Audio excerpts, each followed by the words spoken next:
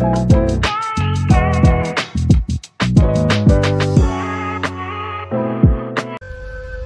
ना, फक्त एकदाच परत ये मला भेटण्यासाठी.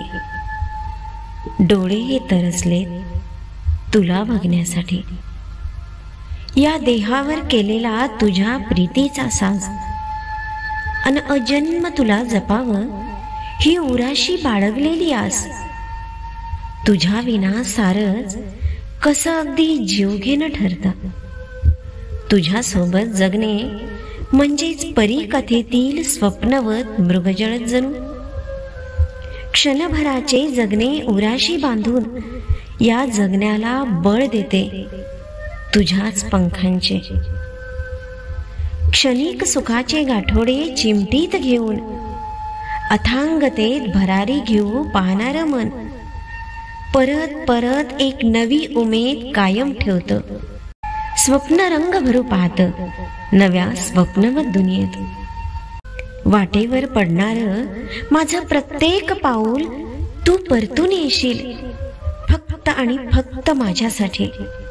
आपल्या स्वप्नांना दिशा देण्यासाठी. याच आशाळभूत नजरेनं माझ्याकडं पाहत असतं. पण ही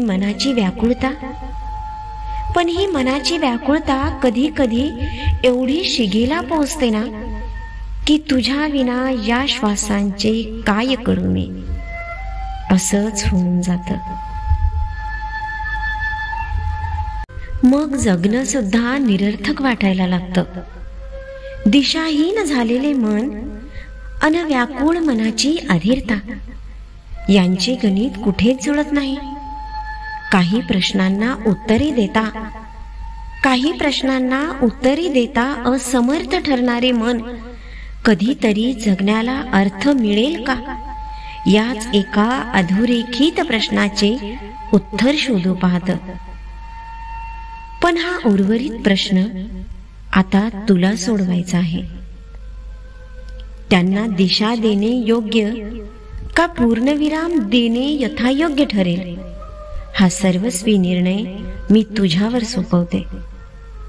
कदाचित हीच आपली शेवटची भेट ठरेल.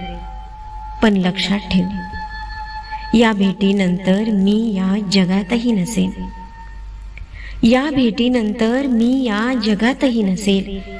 जन्म आणि मृत्यू यात एकाच लयीचे अंतर असते. पण तुझ्या वेड्या मनाला हे तरी कुठं समजते. तुझ्या विना जगणे म्हणजे श्वास थांबण्यासारखेच आहे. तुझे नाव काळजावरील तुझ्याच हाताने मिटवून जा. अन जाता जाता फक्त एकदाच परत मला आठवून जा. शेवटी एवढेच सांगेन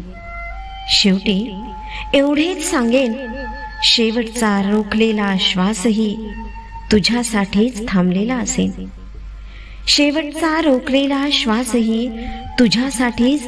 असेल. त्याच वेळी तुला माझे खरे प्रेम दिसेल. धन्यवाद. आजची रचना आपल्याला कशी वाटली ते कमेंट्सद्वारे नक्की कळवा. अशाच एका सुंदर कवितेसोबत लवकरच भेटू. तत्पूर्वी चॅनलवर नवीन असाल तर सबस्क्राईब करायला विसरू नका. धन्यवाद.